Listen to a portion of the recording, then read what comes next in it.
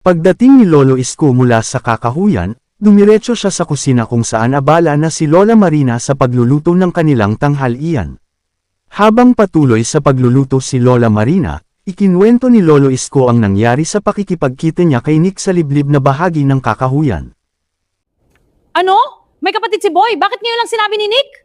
Baka marinig ka kaya ako nga siya pinunta. Nasa 23 tong gulang na. Anak ng 7 guba naman, hindi na nga rin makasundo ang tandang tindig na yan, may dadag pa. Nakilala ko na medyo pasaway, hindi nga nagmano sa akin na pirang gusto. Lintik na batayan, subukan niya wag mangmano sa akin. Paano na yan, Isko? Paano natin sasabihin kay Boy yung mga bagay na yan? Hindi ko din alam, Marina, lalo yata gumulo. Kailangan nating mag-isip ng paraan. May bako, Isko. Paano sasabihin ni Nick kay Boy na si Rosal ang tunay niyang ina? Shh! Marina, ano ka ba? May makarinig sa'yo. Baka hindi matanggap ni Boy si Rosal bilang ina. Wala naman siyang magagawa, Isko. Yun ang kapalaran niya. Ang kinatatakot ko lang baka dumating agad ang oras na maging tulad din nila si Boy. Ayoko maging tulad nila si Boy. Ayoko, Isko. Sino bang may gusto? Ang gusto ko maging normal siya katulad ng tao.